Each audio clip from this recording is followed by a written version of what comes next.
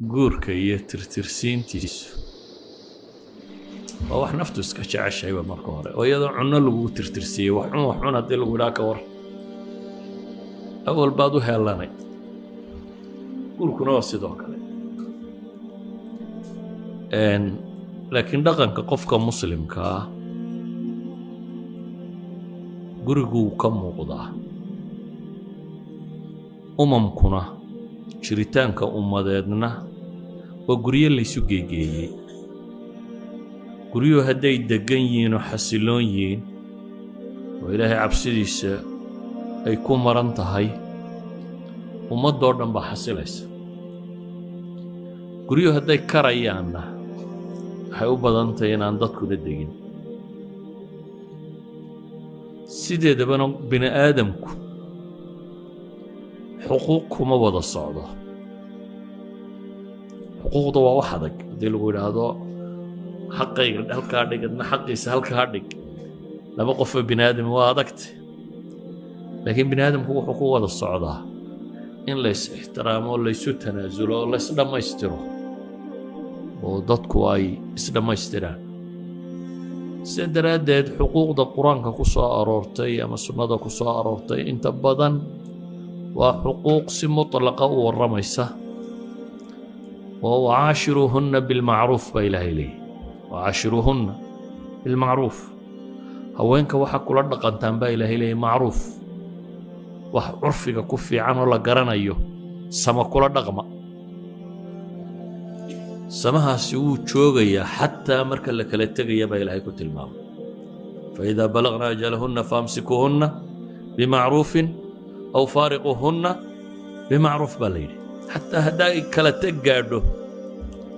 waa in macruuf lagu kala tagaa marka asalku waa in macruufkaa lagu wada joogaa ninka iyo gabadha xuquuqda ka dhaxaysa badh waa xuquuq maadiya حقوق مادية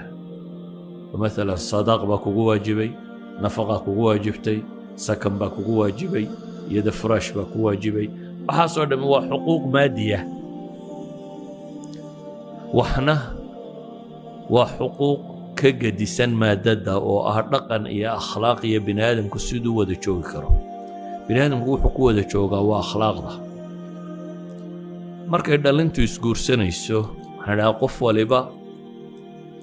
كريم بوس مريا لبنتي سوشيغا انت هذا جعجعورنمدا واد قرصتاون سوما عيد كورو سو قادو تiraada inaana waan leeyahay ma jirto nin waliba fariidnimadiis iyo inuu ragga ka laga qaatay yahay buu sheegaa habluhuna sidoo kale laakiin marka guriga la tago real life baa la galaa nolosha dhabta kuma tahay markaas la ogaanaya Soomaalidu maxay ku mahmaahi jirtay jid ma la martay شدين ما لا عنت شبد ما لا دكتي بيد هذا وودي عمر لقى سو نقل جرين وفكو واحد بران كرتا بيد هذا marka aad safar wada gashaan idan isku keen xidhe waxidan ka dhaxeeyaan ama marka shabad wada degtaan bay yiraahdaan marka isku degaan noqotaan de qofka dumara isku degaan baa noqoteen wal yarba wada hoyateen sadaradeed xuquuq badan baa la isku leeyahay ninkuna waashiruhunna bil ma'ruf baa la yiri iyadana waxa la yiri walahunna mithlu alladhi alayhinna bil ma'ruf iyana inta lagu leeyahay in la mido ma'ruf bay leedahay walil rijali daraja marka la tilmaamo ninku mid dheeraada buu leeyahay oo waa maxay الرجال قوامون على النساء بما فضل الله آيات سنتي tilmaamis rijalku waxa ay dheeriin gabadha quri wax weeyaan marka guriga la joogo inay qiwaamatul bayt leeyihiin guriga maamulkiisa inay leeyihiin aan idhaahdaa idaarada reer galbeed iyo sida wax loo maamulo aad bay ugu guuleysteen meel qura shirkad qura bay diideen idaaradeedii shirkadaasina way ka burburtay galbeed oo dhan galbeedka marka nimankan reer galbeed ee culuumul idaara inoo soo waariday ee waxaan la daraasay tirada badan la keenay hadday sharikaad ay hadday dawlad ay hadday muassasaad ay hadday system idaari hadday organization ta system idaari aad u fiican bay leeyihiin hierarchy leh kala koreeya cidina maamusho cidna taxadka ku jirto oo dabeetana la kala dambeeyo meel bay diideen in la kala dambeeyo waa gurigu kala sarrayn ma laha bay yidhahdeen ninkii gabadhu iska siman yihiin dabeetana wuu burbura shirkad aan kala sarrayn lahayn ma socoto waxa jiri kara maaha ولذلك النبي عليه الصلاة والسلام وحوت المامي صدح قف هداتنا ما لعد لا جوكتان أمير ياش هذا سفر كشرتان أمير سمايس تبع بني آدم كهدو وذا النولي هيبة وين شرتا عد وحدارين يسا عد وحمامول يسا وين شرتا سناني ما شرتو لقى هاد لما يبني آدم لماذا ما كسي منا ها أدقى مدحوين بني آدم لماذا ما كسي منتين لكن سلطو لا يدراده والله إجمدي إنه سلطة داسي هيو guriga sultadiisa waxay gacanta ugu jirtaa ninka hadday sulta timaadana maamul hadduu yimaadana maxaa ka waajiba taaca maamul aan la adeecayni ma jiro dee la yidhahdo shirkadda nin baa maamula laakiin shaqaaluu ku yeeli maayaan maayay shirkad soconaysa noqonaysaa dii maamul yimaadana waa in taaca timaadaa sidaa ogeed baa qur-aanku wuxuu tilmaamayaa rijaalku iyagaa qiwaamatulbeyt leh maamulka guriga iyagaa leh dumarkana markaa waxa korkooda saaran taaca inay la yimaadaan intuu nabigu calayhi salaatu wasalaam haddaan cid uun faraya inay cid u sujuuddo gabadhaan odhan lahaa ninkaaga u sujuud macnaheedu waxa weeyaan inay taaca mutlaqa oo bilmacruufa la timaaddo ayaa iyana saaran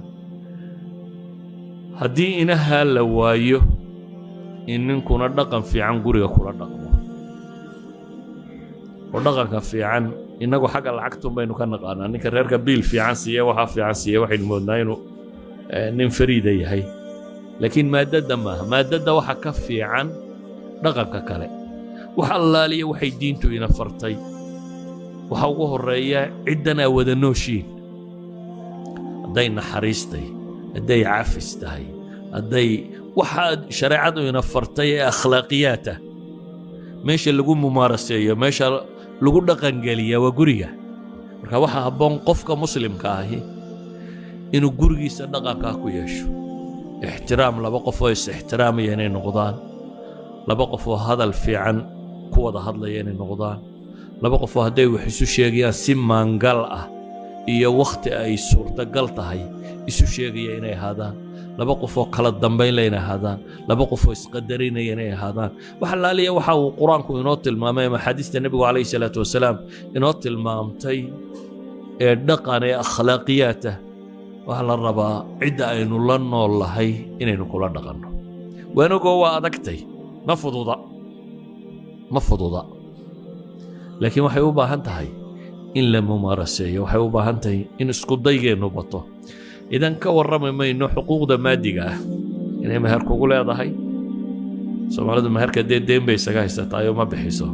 iska kollayba la siin maayo sheeg bay idhahdeen wadaadka uma heri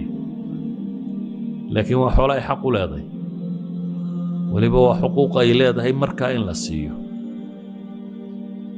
inkastoo innaga curfigeennu noqday gabadhan haddii la siiyo xaqeeda maalay moodo inaan guriga waxbaba ka oolin oo in la leeyahay waad iska sii tegaysaa laakiin xuquuqda maaliga hadday tahay sadaaqa iyo hadday tahay nafaqadii biilkii iyo hadday tahay sakankii iyo meeshii la degayey waa xuquuq maaliya oo qofka lagu leeyahay iyo hadday tahay qismadii haddii ay jiraan zawjaadku wixii intaa ka soo hadhee maadada ka yimaada waa macruufka oo akhlaaq iyo dhaqan islaamiya in la yeesho waxaan rajaynayaa wakhtigii mala salaada waa gaadhaysaa sheekh cali baana baabkan mala khabiir ku ah marka inta ka hadhay sigaan u daynaya